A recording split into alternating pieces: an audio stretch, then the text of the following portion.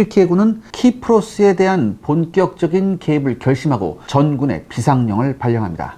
이 작전명은 아틸라 작전이라고 명명했었죠. 1974년 7월 20일 새벽이었습니다.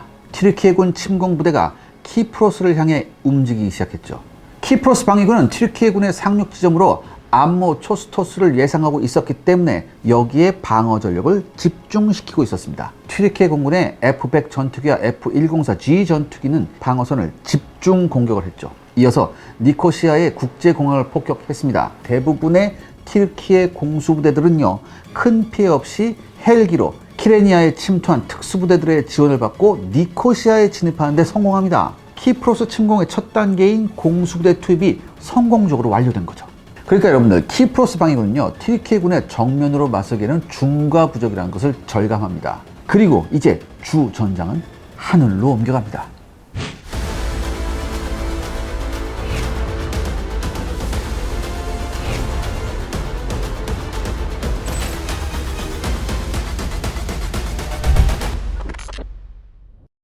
이 전장의 무대가 하늘로 옮겨졌다고 하셨는데요. 네, 이 키프로스 전쟁에서 공중전은 이 전쟁의 핵심 무대입니다. 그런데 그리스와 튀르키예의 양측의 주장이 좀 엇갈립니다. 따라서 오늘은요, 양측의 주장을 각각 한번 알아보겠습니다. 먼저 그리스입니다. 키프로스에 침공한 튀르키예군이 키프로스 방위군을 격파했죠. 그렇게 되니까 그리스 공군에도 튀르키예 공군의 영공 침입에 대비한 비상 경계령이 떨어집니다.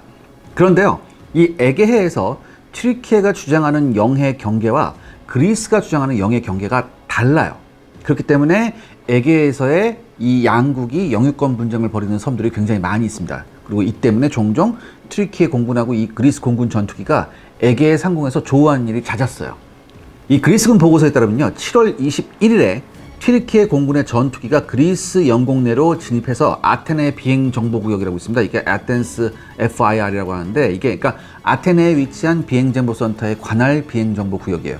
아무튼 이 아테네 비행 정보 구역 내로 침입해 들어왔다고 했습니다. 이에 따라 튀르키예 공군기를 영공 밖으로 쫓아내기 위해서 오전 11시 30분에 네아 안치알로스 기지에서 제111 전투비행대의 F-5A 전투기들이 비상 출격을 해서 에게해 북부 상공으로 진입을 합니다.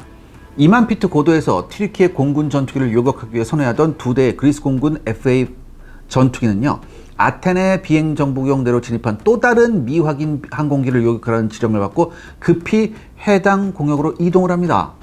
그래서 이들은 렘노스 섬 상공에서요, 1만 8천 피트와 2만 피트 사이의 상공을 탐색하던 중 불과 200m 고도 차이로 자신들과 나란히 비행하고 있는 두 대 튀르키예 공군의 F-102A 델타 대거 전투기를 발견합니다.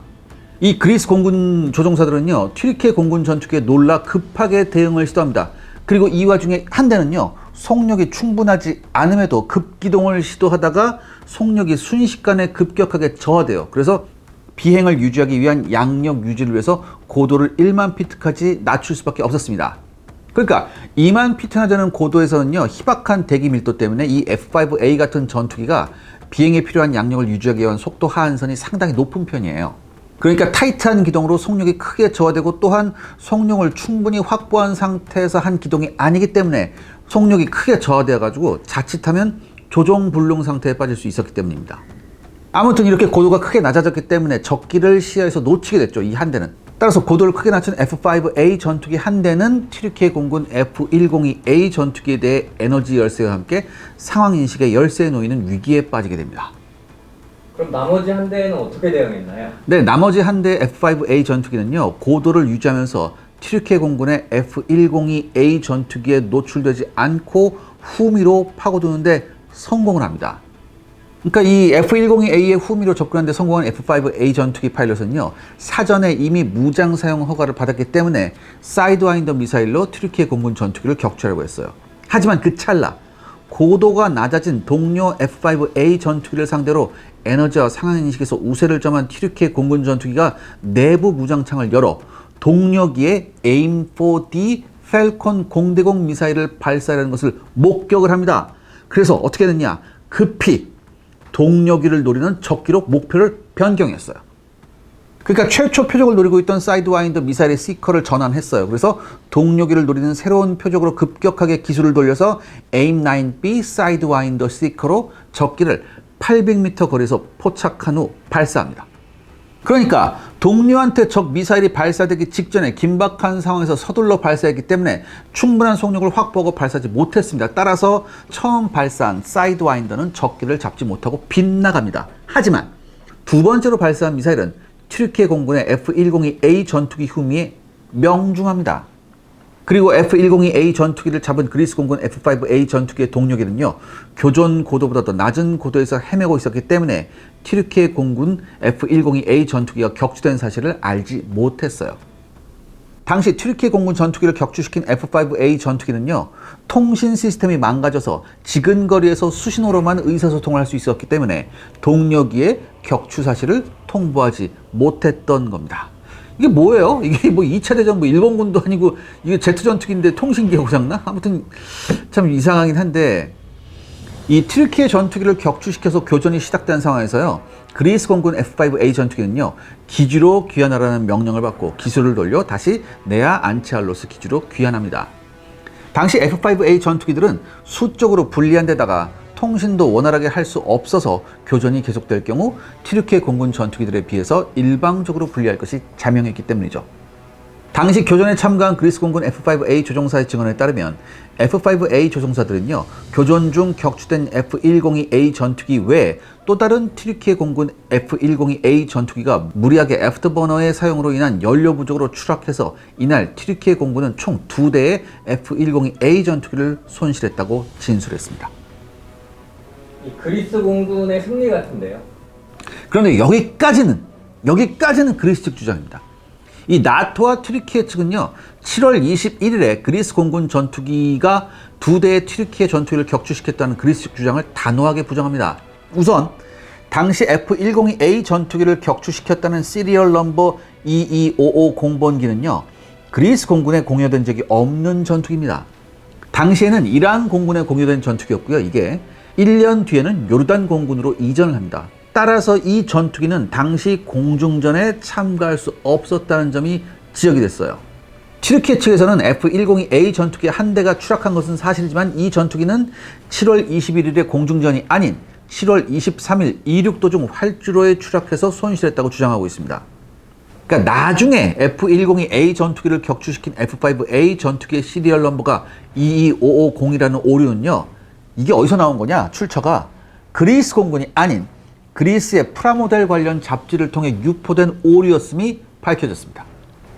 그러니까 사실 여러분들, 이날 공중전에 대한 그리스 측 주장은요, 여러 가지로 많은 의문점이 있습니다. 뭐 영화 같잖아요. 막 앞에 거 하려고 했는데 갑자기 옆에 있는 튀르키예 공군이 뭐 웨폰 베이를 딱 여니까 저거 이상하잖아 좀. 또 하나, 통신 시스템이 망가진 상태에서 무리하게 공중전을 시도했다? 이것도 굉장히 이상하죠. 여러분, 항공기 모시는 분은 알겠지만 이 통신 시스템이 망가졌다, 이건 굉장히 치명적이거든요. 그러니까 이거 여기에서 교전을 시도한다, 이게 약간 이상합니다. 또한 수적으로 크게 불리한 상황이었음에도 공중전을 강행했다, 이것도 이상하죠. 왜냐하면 2대2였잖아요. 하나가 지금 밑으로 갔으니까. 그리고 여러분들 또 하나, 이게 굉장히 중요한 건데, F-5A 전투기는 F-102A보다 수적으로 불리한 상황을 만회할 정도로 우수한 전투기가 아니에요. F-102는 미 공군의 현역기체입니다. 현역기체로 활약을 한 전투기고, F-5A는 뭐예요? 이거는 미 공군 현역이 아니죠. 얘는 누구예요? 우방국 공여용이에요. 우방국 공여용. 그것도 돈 받고 파는 게 아니라 공짜로 주기 위한 공여용이란 말이지. 그러니까 오히려 수적 균형이 이루어진 상태에서도 F-102A를 상대로 그다지 유리하게 싸울 수 없는 저성능 전투기가 바로 이 F-5A입니다. 그러니까 이런 전투기를 가지고 수적으로 불리한 상태에서, 더욱이 통신 시스템의 고장으로 윙맨과 유기적인 전술 구사가 불가능한 상태에서 공중전을 시도해서 적기를 격추시켰다? 현실성이 없는 얘기죠. 그렇기 때문에 그리스 측 주장은 신빙성이 떨어집니다. 또한 다수의 F-102A 전투기를 상대로 먼저 교전을 시도했다는 것도 현실성이 없죠. 더욱이 먼저 공격을 받은 상태에서 수적으로 압도적인 우세에 있었던 튀르키예 공군 전투기들이 반격을 하지 않고 F-5A 전투기를 그대로 무사히 귀환하도록 내버려뒀다? 이거 역시 납득하기 힘듭니다. 공식 기록을 보더라도요, 튀르키예는 물론이거니와 나토 측의 기록에도 7월 21일 그리스 공군이 튀르키예 공군 전투기를 격추시켰다는 기록은 전무합니다. 또한 당시 교전에 참가한 F-5A 조종사들의 공군 기록에서도 F-102A 전투기 격추와 관련된 기록은 전무합니다. 여기에서 그리스 측이 주장하는 21일의 공준전 자체가 아예 사실이 아니거나 혹은 그런 사실이 있었다 하더라도 그리스 공군 역시 튀르키예 공군 전투기의 요격을 받아 도주했을 가능성이 크죠. 튀르키예군의 공식 기록에 따르면 튀르키예 공군은 7월 21일 단 한 대 F-102A도 손실하지 않았습니다. 그리고 제가 앞에서도 언급했지만 이날의 튀르키예 공군의 기록을 보면 한 대 F-102A 전투기가 파손되기는 했지만 공중전이 아닌 비행장에서의 사고에 의한 것입니다. 무엇보다 이 아틸라 작전 기간 동안요, 튀르키예 공군의 항공기 손실은 공식 기록에 따르면요, 제132 비행대의 F-100C 전투기 한 대와 제171 비행대와 제172 비행대의 F-100D 전투기 각각 한 대, 그리고 191 비행대의 F-104G 전투기 한 대, 그리고 RF-84 전술 정찰기가 전부입니다. 더군다나 이들은요, 그리스 공군과의 교전에서 격추된 게 아니라 키프로스 방위군의 대공포에 의한 격추였습니다. 시청자 여러분들의 구독과 좋아요는 영상 제작에 정말 큰 도움이 됩니다. 여러분들 부탁드리겠습니다. 구독과 좋아요. 또 다른 사례도 있겠죠?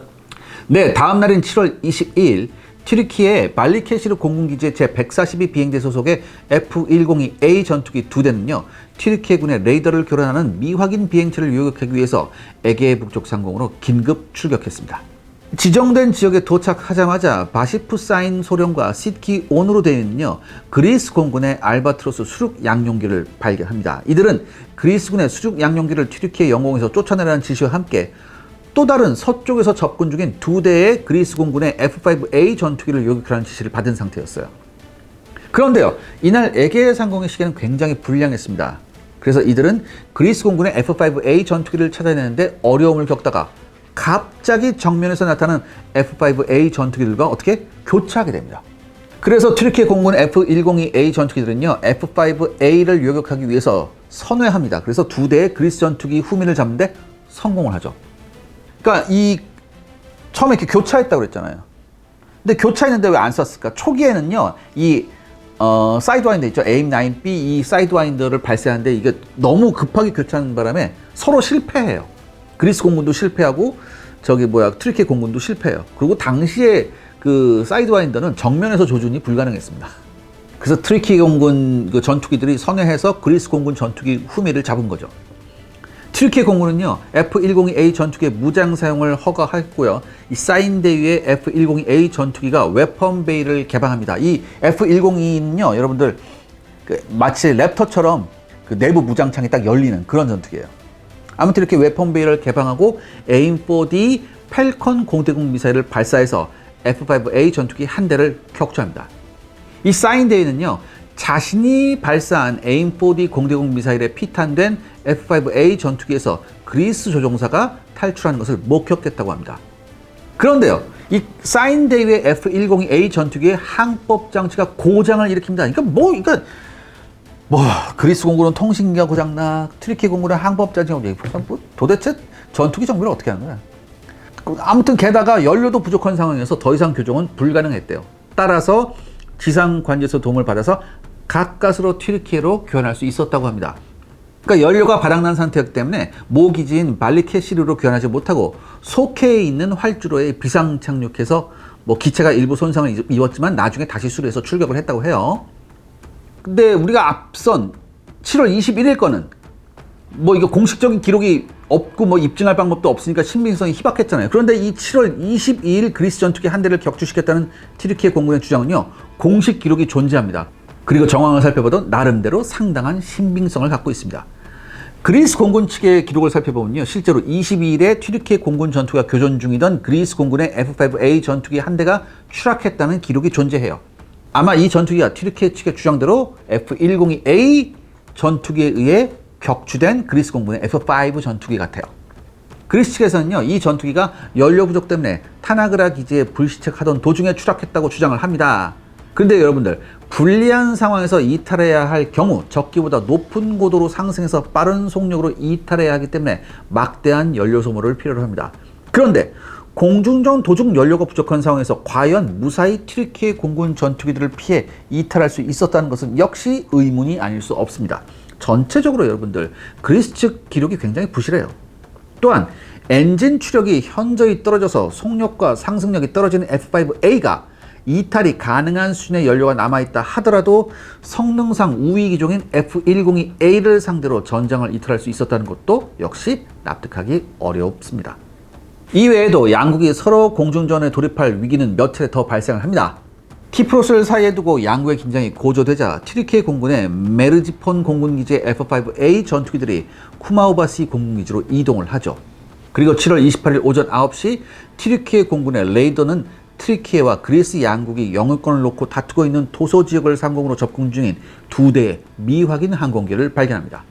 튀르키예 공군사령부는요, 이에 대응하기 위해서 쿠마우바시에 배치된 두 대의 F5A 전투기를 비상 출격시키죠. 그런데요, 이 중 한 대가요, 랜딩 기어 수납 시스템의 고장이 발생해서 다시 급히 기지로 귀환을 합니다. 그러니까 맨날 그러니까 얘네들은 뭐 했다 하면 고장이에요. 이상한 애들이야. 튀르키예 공군이건 그리스 공군이건. 따라서 튀르키예 공군의 토름테이데이가 조종하는 F5A 전투기 한 대만이 작전을 수행합니다. 보통 그런데 이럴 경우에는 작전을 취소하죠. 다른 팀을 내보내거나. 아무튼 기지로부터 200km 떨어진 곳에서 토름테이데이는요, 두 대 그리스 공군 F102A 전투기를 발견합니다. 이번에는 뭐예요? 그리스하고 튀르키예하고 기종이 서로 바뀌었죠. 그렇죠? 그러니까 이 두 국가가 다 나토 국가였기 때문에 대부분 미제 비행기를 똑같이 사용했었어요. 이게 나중에 굉장히 큰 문제가 됩니다. 아무튼 이 토름테이데이는요, 지상의 관제 시스템의 미확인 항공기가 그리스 공군 전투기임을 보고한 후에 F102A 전투기들의 후방으로 접근합니다. 그리스 공군 F102A 전투기들은요, 토름테이데이의 F5A 전투기를 떼어내기 위해서 급기동을 해요. 그리고 토름테이데이도 그리스 전투기의 후미를 계속 잡기 위해 이후 10분 동안 수적으로 열세인 상황에서 자신보다 성능이 우수한 전투기들을 상대로 3차례에 걸쳐 급기동을 합니다. 그리스 전투기들은요, 토름테이데이의 F5A를 위협하기 위해서 웨펀베이를 개방합니다. 이 F102A는 웨펀베이가 열리잖아요. 그래서 토름테이데이는 수적으로 열세인 상황에서 지상의 관제소에 지원을 요청하죠. 그러니까 진작에 요청하지. 혼자 10분간 실컷 싸우고 나서 지금? 이것도 좀 이상해요. 아무튼 튀르키예 공군은 토름테이데이를 지원하기 위해서 두 대의 F100 전투기를 추가로 투입합니다. 이렇게 되니까 그리스 공군 전투기들은요, 튀르키예 공군 F100 전투기들이 접근하기 전에 서쪽으로 도망을 갑니다. 이에 따라 토름테이데이도요, 아군 F100 전투기들의 호위 하에 무사히 쿠마우바시 기지로 귀환을 합니다. 굉장히 싱겁죠. 그렇죠? 굉장히 싱거운 그런 거예요. 그리고요, 이제 그리스 본토의 그리스군도 키프로스에 개입하기로 결정을 합니다. 오늘은 정말 감동적인 이야기 한 가지를 전해드리려고 합니다. 머나먼 아프리카 대륙에 위치한 에티오피아라는 국가는 다들 여러분 아실 텐데요. 이곳에서 한국에 대한 열기가 아주 뜨겁다는 소식입니다. 작년 에티오피아 언론사 캐피탈에서 신문 한 면 전체를 자국을 찾은 한국인에 대해 보도한 적이 있었습니다. 기사 내용은 이렇습니다. 현지에 온 한국인들 덕분에 오랜만에 아디스아바바에 위치한 시립병원에 사람들이 몰렸고 모두 무료로 건강검진을 받았다는 소식이었습니다. 이들의 정체는 바로 6.25 한국전쟁 참전 용사였는데요. 6.25 전쟁 당시 한국을 도우러 와서 253전 253승의 전설을 남기고 심지어 한국의 전쟁 고아들을 돌보기 위해 직접 고아원까지 세운 이 영웅들은요, 안타깝게도 고국으로 돌아갔을 때 에티오피아 내에 공산주의 정권에 들어서면서 한국의 자유를 위해 싸웠다는 이유 하나만으로 재산을 몰수당하고 심지어 고문까지 당했다고 합니다. 그러면서 평생 생활고에 시달려왔고 가벼운 안 질환조차 치료하지 못하며 대부분이 시력을 잃어가고 있었는데요. 그런데 어느 날 한 우리나라 기업이 에티오피아 현지에서 열린 정전 70주년 기념 행사에 참석 중이었는데 이런 안타까운 참전 용사들의 모습을 보게 됩니다. 그리고 즉시 죄송합니다, 저희가 꼭 다시 돌아오겠습니다라는 약속을 남긴 채 한국으로 돌아와 참전 용사들의 눈 수술을 위한 모든 준비를 마치고 단 3주 만에 다시 에티오피아 땅을 밟은 것인데요. 제가 많이 소개해드려서 아실 겁니다. 인프레시라는 기업이 바로 그 주인공입니다. 인프레시는 실제 아디스아바바 시립병원의 안과 의료진과 협업해서 참전 용사와 가족들 약 50여 명을 검진해 주었고요. 실제 수술이 필요한 참전 용사들까지 모든 지원을 해주었습니다. 잠시 수술과 그 후 검진까지 마친 현지 상황 영상을 보시겠습니다.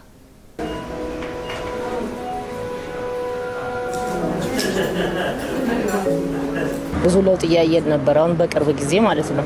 እግዚአብሔር ይስጥልኝ፣ ኑሩልን፣ እንዳስተዋሳችሁ አስታዋሽ ያገኙ። ምንም የሚሰማኝ ነገር የለም። ደህና ነው። 이렇게 에티오피아를 찾아온 한국 기업의 현지인들이 열광을 했고요.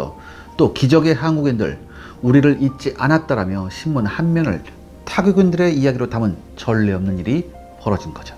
인프레시는 지금도 여러 참전국과 국내 참전 용사들을 위해 실질적인 후원에 앞장서고 있습니다. 그리고 지금 이 순간에도 또 다른 기적을 전하기 위한 시작을 하고 있습니다. 저 역시 잘 착용하고 다니는 굿즈인데요. 바로 이 태극기 키링입니다. 인프레시는 6.25 전쟁의 역사를 고스란히 담아 생사를 넘나든 참전 용사들의 서명이 새겨진 태극기 키링을 구현해내어 한국의 역사를 널리 알리고 있습니다. 현재 국내외에서 큰 호평을 받기 시작한 이 태극기 키링은 감탄이 나올 정도로 디테일과 퀄리티가 좋은데요.